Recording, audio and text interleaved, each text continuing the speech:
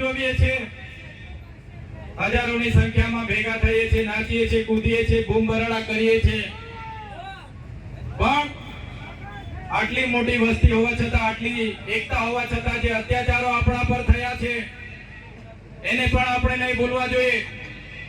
જે આદિવાસીઓને બંધારણમાં અધિકારો મળ્યા છે એ અધિકારો પર જ્યારે તરાપ મરાતી હોય તો એ પણ આપણે આજના દિવસે યાદ કરવું જોઈએ.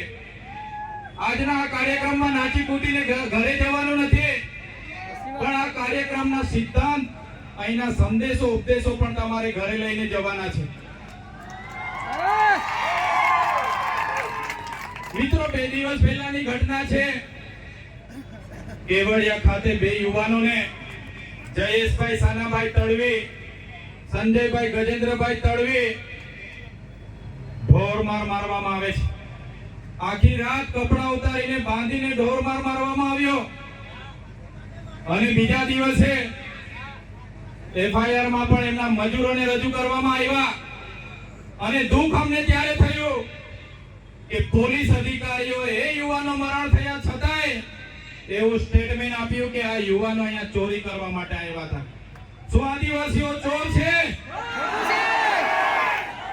કેવડિયામાં અમારી જમીનો છીનવાયેલી છે, અમારા લોકો વિસ્થાપિત થયા છે અને દુર્ભાગ્ય અમારું એ છે કે ત્યાં અમને ચોર સાબિત કરવામાં આવે છે. અમે ક્યારેય સાખી નથી લેવાના. જે લોકોએ અમને ચોર કીધા છે, આવનાર દિવસમાં એનો જવાબ પણ એ લોકોએ આપવો પડશે, એનો ખુલાસો પણ એ લોકોએ કરવો પડશે. 13 તારીખે 5 દિવસનું બેસણું કેવડિયા ખાતે એ લોકોનું રાખ્યું છે એમના પરિવારોએ. ત્યારે એ લોકોની આપવીતી જોઈને, એ યુવાનોને જે રીતે મારવામાં આવ્યા એ જોઈને ખરેખર એટલી બેરહેમીથી આદિવાસી યુવાનો પર અત્યાચારો થયા છે. ત્યારે આ 13 તારીખે આજના મંચ પરથી તમને આહવાન કરું છું, કેવડિયાવાળા એકલા નથી, એમની સાથે ડેડિયાપાડાના લોકો પણ છે. 13 તારીખે આખું કેવડિયા અમે ભરી દઈશું. તૈયાર છો બધા? પોલીસના મિત્રોને પણ કેમ છું, ઘણા પોલીસ અધિકારીઓ આપણા સમાજના છે, એમને પણ હું આજના મંચ પરથી કેમ છું. તે દિવસે કેવડિયા જતા વચ્ચે નાકા આવશે ને તો તમે જાણો ને તમારું કામ જાણે. આદિવાસી સમાજ અંગ્રેજો સામે પણ ઝૂક્યો નથી. આજે આદિવાસી અમે એટલા માટે ગર્વ અનુભવીએ છીએ, અમે અહીંયા આદિ અનાદિકાળથી વસીએ છીએ.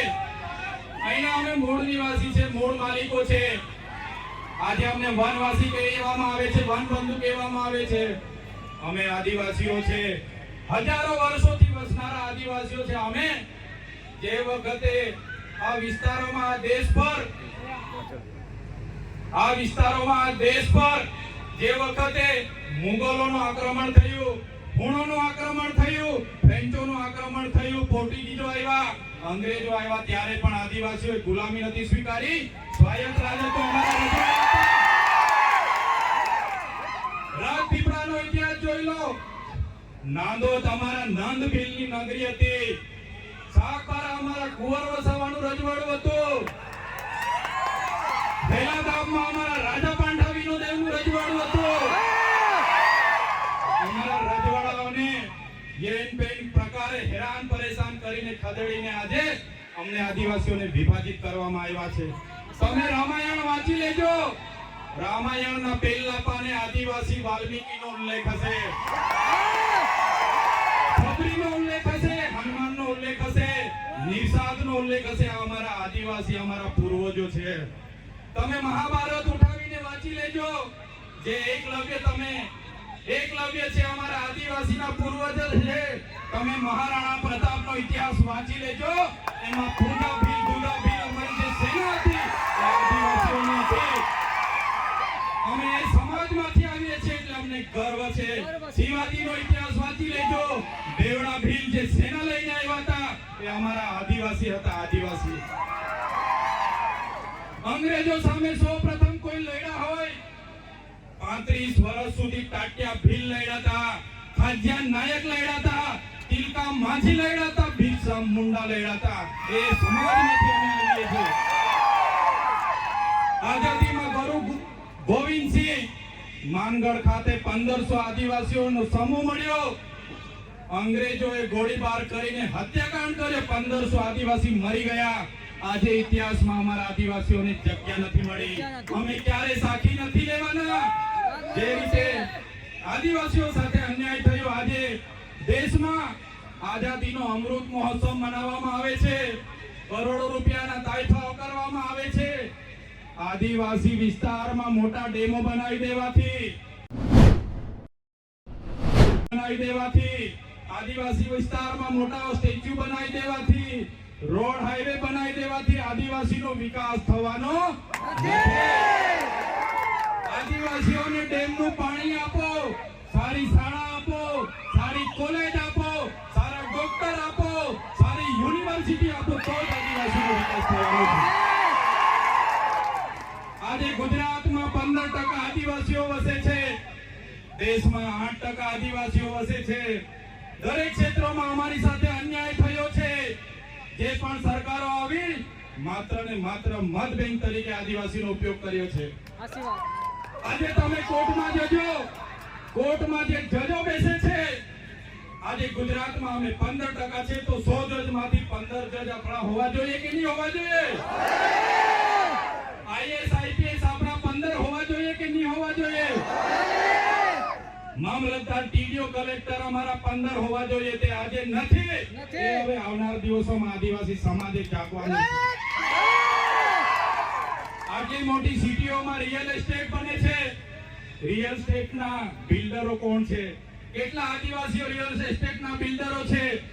અમારા લોકોને શિક્ષા નથી આપવામાં આવી, નર્મદાનું પાણી નથી આપવામાં આવ્યું, કડાણા ઉકાઈ ડેમનું પાણી નથી આપવામાં આવ્યું. આજે પણ અમારા લોકો મજૂરી માટે શહેરમાં જવા મજબૂર થયા છે. અમે સાચી નથી લેવાની. એટલા માટે જ અમે કહીએ છીએ આજના મંચ પરથી, જે રીતે નાગા લોકોનું નાગાલેન્ડ બન્યું, મરાઠાઓનું મહારાષ્ટ્ર બન્યું, ગુજરાતીઓનું ગુજરાત બન્યું, તેલુગુ લોકોનું તેલંગાણા બન્યું, તમિલ લોકોનું તમિલનાડુ બન્યું, એવી જ રીતે અમને ભીલોને અલગ ભીલ પ્રદેશનું 29મું રાજ્ય જોઈએ. જય ભીલ પ્રદેશ! ભીલ પ્રદેશ અમને 29મું રાજ્ય ભીલોને આબાગીત આપો, એની રાજધાની અમે કેવડિયા બનાવીને રહીશું. અમારી પાસે પાણી છે, વીજળી છે, કાકરાપાર, નર્મદા. અમારી પાસે લિગ્નાઇટોની ખાણો છે રાજપાટીમાં, આમા ડુંગરમાં યુરેનિયમની ખાણો છે, છોટાઉદેપુરમાં રેતી નીકળે છે, જળ છે, જંગલ છે, જમીનો છે. અલગ રાજ્ય અમને આપી દો, અમે અમારા આદિવાસીઓનો વિકાસ કરી લઈશું. જે અમારો ભીલ પ્રદેશ હતો, દેશ આઝાદ થયા પછી આદિવાસીઓને વિભાજિત કરી દેવામાં આવ્યા છે. 13 જિલ્લાઓને મધ્યપ્રદેશ, 12 જિલ્લાઓને રાજસ્થાનમાં, 14 જિલ્લાઓને ગુજરાતમાં અંબાજીથી ઉમરગામ સુધી, 10 જિલ્લાઓ નંદુરબાર, નાસિક, પાલઘર સુધીના મહારાષ્ટ્રમાં લઈ જવામાં આવ્યા છે. આજે પણ અમારો મહારાષ્ટ્ર, મધ્યપ્રદેશ અને રાજસ્થાન સાથે અમારી સંસ્કૃતિ સાથે છે, પરંપરા હરકી છે, રીત ભાષા હરકી છે. આજે પણ અમારો રોટી બેટીનો વ્યવહાર છે. આજે પણ અમે એમની સાથે સાથે રહીએ છીએ. આજે અમને ભીલ પ્રદેશની માંગ કરીએ છીએ. આજે તમે જોઈ લો, આ ભીલ પ્રદેશનું વિભાજન કરવામાં આવ્યું. આજે મધ્યપ્રદેશની કુલ વસ્તીના 21% મધ્યપ્રદેશમાં આદિવાસી વિસ્તારમાં છે, રાજસ્થાનમાં 13% છે, ગુજરાતમાં અંબાજીથી ઉમરગામ સુધી 15% આદિવાસીઓ છે, મહારાષ્ટ્રમાં 9.48% આદિવાસીઓ. ટોટલ 3.5 કરોડની વસ્તી થાય છે. અમને અલગ ભીલ પ્રદેશ આપો, અમે અલગ અમારો વિકાસ કરીશું. બંધારણમાં જોગવાઈ છે, આર્ટિકલ 3 તમે વાંચી લેજો. જે રીતના મહારાષ્ટ્રમાંથી ગુજરાત રાજ્ય બન્યું, આજે દેશ અને ગુજરાતનો વિકાસ થયો, પણ આદિવાસીઓનો વિકાસ નથી થયો. એટલા માટે અમે કહીએ છીએ કે અમેરિકામાં આપણા જેટલી વસ્તી નથી, છતાં પણ 50 રાજ્યો છે, જ્યારે ભારતમાં 28 જ રાજ્ય છે. તો 29મું રાજ્ય બનવું જોઈએ કે નહીં બનવું જોઈએ? બનવું જોઈએ. એની રાજધાની કેવડિયા હશે. આખું મંત્રીમંડળ અને મુખ્યમંત્રી, અહીંનું આખું અધિકારીગણ, અહીંનું પોલીસ તંત્ર તમામમાં આદિવાસી હશે તો જ અમારા આદિવાસીઓનો વિકાસ થશે. એટલા માટે જેટલા પણ અન્યાય અત્યાચાર થયા છે, ડેડિયાપાડા વાળાને એવું લાગશે, ઝઘડિયા વાળા શાકબારા વાળાને લાગશે, કેવડિયા વાળાને મારી નાખે, આપણે શું? પણ નહીં. આજે કેવડિયા વાળાનો વારો છે, કાલે માલસામોટ વાળા પણ તૈયાર રહેજો માર ખાવા માટે. એના પછી દેવ મોગરા વાળા તૈયાર રહેજો, બધાનો વારા પરથી વારો આવવાનો છે. એકલ દોકલ બધાનું કામ લેશે આ લોકો. એટલા માટે કેમ છું, કેવડિયા એકલું નથી. આપણે બધાએ 13 તારીખે કેવડિયા જઈને આપણી એકતા બતાવવાની છે. એમાં કોઈએ પાછી પાની કરવાની નથી. વિકાસની વાતો થાય છે અને આદિવાસીઓ સાથે અન્યાય થયા છે ત્યારે અમે ક્યારે સાકી નથી લેવાના. આજે તમને એટલા માટે અમારે કહેવું પડે છે કે આપણા સમાજના લોકો પાર્ટી પક્ષમાં છૂટાછવાયા થઈ ગયેલા છે, અલગ અલગ સંગઠનોમાં, અલગ અલગ ધર્મ સંપ્રદાયોમાં. પણ કોઈ બી પાર્ટીમાં હોય, સમાજની વાત આવે ત્યારે આપણા બધા લોકોએ ભેગા થવું જોઈએ. આજે ભેગા નથી થતા, એ બડી દુઃખની વાત છે. દુઃખની વાત છે, આપણે ભેગા નથી થતા. અમે આ જાહેર મંચ પરથી કહીએ છીએ, જે દિવસે આદિવાસીઓના અવાજ બનતા અમારી પાર્ટી અમને રોકશે, એ દિવસે સૌથી પહેલા પાર્ટીના પાટિયા ઉતારીને અમે મૂકી દઈશું. અમારા સમાજ પહેલા, પછી પાર્ટીનો અમે વિચારીશું. આવનાર દિવસોમાં જ્યાં પણ આદિવાસી સાથે અન્યાય થશે, એ મહારાષ્ટ્ર હશે કે મધ્યપ્રદેશ હશે, આ આદિવાસી સમાજ માટે અમે લડી લઈશું. અને અમે એ જ ઉપદેશ આપને આપીએ છીએ. આજે એસસી અને એસટી કોટામાં 7 જજોની ન્યાયપીઠે જે ચુકાદો આપ્યો છે મિત્રો, આવનાર દિવસોમાં આપણા શિક્ષણની અનામત, આપણી નોકરીની અનામત, આપણી રાજકીય અનામત ખતમ થઈ જવાની છે. યાદ રાખજો કે જજોએ જજમેન્ટ આપ્યું છે, એ ગંભીર બાબત છે. મિત્રો, તમે જાણ્યું હશે, આ વિસ્તારોમાં નકલી કચેરીઓ પકડાય, નકલી અધિકારીઓ પકડાય, નકલી ઘી પકડાય, નકલી ટોલ નાકા પકડાય. પણ હું તો તમને કેમ છું કે નકલી આદિવાસી ધારાસભ્ય પણ આ ગુજરાતમાં છે. આપણા એસટી સર્ટિફિકેટ બનીને જો કે જજોએ જજમેન્ટ આપ્યું છે, એ ગંભીર બાબત છે. મિત્રો, તમે જાણ્યું હશે, આ વિસ્તારોમાં નકલી કચેરીઓ પકડાય, નકલી અધિકારીઓ પકડાય, નકલી ઘી પકડાય, નકલી ટોલ નાકા પકડાય. પણ હું તો તમને કેમ છું કે નકલી આદિવાસી ધારાસભ્ય પણ આ ગુજરાતમાં છે. આપણા એસટી સર્ટિફિકેટ બનીને ધારાસભ્ય બનેલા છે. નકલી આદિવાસી ધારાસભ્ય પણ ખોટા સર્ટીના આધારે આજે બન્યા છે. ત્યારે આપણે બધાએ લડવું પડશે. એટલા માટે જ વધારે સમય નથી લેતા. અહીંયા આવીને નાચી કૂદીને છૂટા પડવાની વાત છોડો. આપણા બાળકોને ભણાવો, આપણા લોકોને સિંચાઈનું પાણી મળે, સારી સુવિધા મળે, એ માટે લડો. આદિવાસી કોઈ પાસે શિક્ષા નથી છીનવી, આદિવાસીઓએ આજ દિન સુધી કોઈની નોકરી નથી છીનવી, આદિવાસીઓએ આજ દિન સુધી કોઈની જમીનો નથી છીનવી. તો આપણું છીનવાય છે ત્યારે તમે કેમ ચૂપ બેસો છો? આદિવાસીઓનું છીનવાય ત્યારે આખો સમાજ ચૂપ બેસે છે, ત્યારે દુઃખ થાય છે. એટલા માટે કોઈ પણ પક્ષ પાર્ટીમાં જે પણ નેતાઓ હોય, વડીલો હોય, યુવાનો હોય, બધા જ લોકોને આજે હું આહ્વાન કરું છું, પક્ષ પાર્ટી ચૂંટણી આવશે ત્યારે આપણે દેખાઈ જશે. પણ જ્યારે સમાજની વાત આવશે, જ્યારે કેવડિયાની વાત આવશે, બધાએ નીકળી પડવું પડશે. તો જ આ લોકોને આપણે એકતા બતાવી શકીશું. એટલે સમય ઘણો થયો છે, વધારે વિશેષ નથી કહેતા. પણ અમે વિધાનસભામાં તમે બધાએ મોકલેલા છે. વિધાનસભામાં જઈને અમે બધું જોયું, જાણ્યું. અને આપણા સમાજ સાથે જ્યારે પણ કંઈ થાય છે, મા બહેનો રાતે ફોન કરે, સવારે ફોન કરે અને કહે છે કે અમારી સાથે આપવીતી થઈ છે, ત્યારે મને દુઃખ થાય છે કે આટલી બધી યુવા શક્તિ છે. આદિવાસી યુવાનો રાતે 11 વાગ્યાથી નાચશે, 5 વાગ્યા સુધી આદિવાસી યુવાન થાકશે નહીં.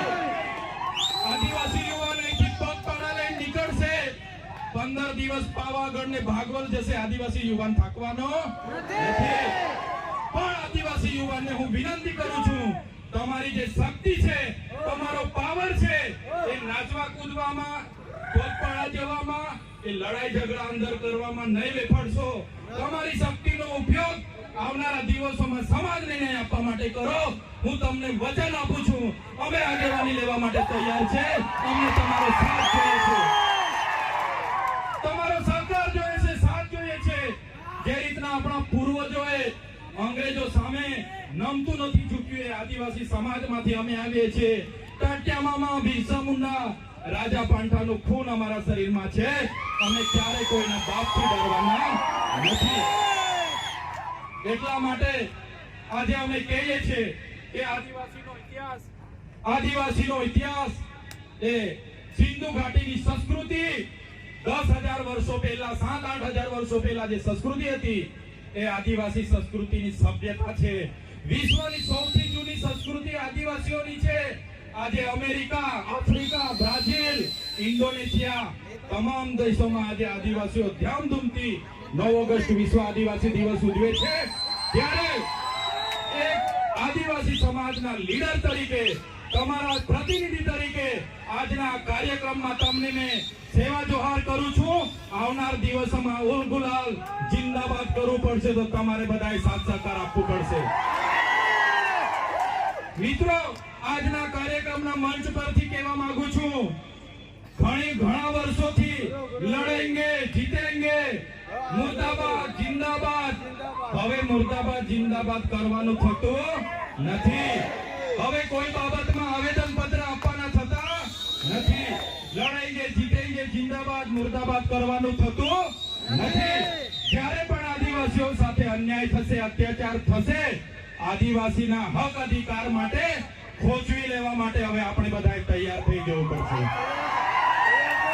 ત્યારે આજના કાર્યક્રમમાં મને આમંત્રણ આપ્યું, મારું સન્માન કર્યું, મને બોલવા માટે ઘણા હજારો યુવાનો બોલી શકે એવા છે, છતાં મને તક આપી એ બદલ મેં તમારો ખૂબ ખૂબ આભાર માનું છું. અહીંયા ઉપસ્થિત આદિવાસી સમાજના તમામ સરપંચો, તમામ તાલુકા સભ્ય, જિલ્લા સભ્ય, પક્ષ પાર્ટીના જેટલા પણ આગેવાનો અહીંયા પધારેલા હોય, એ ભાજપના હોય, કોંગ્રેસના હોય, આપના હોય કે બાપના હોય કે બીડીપીના હોય, બધાને મારા જોહાર.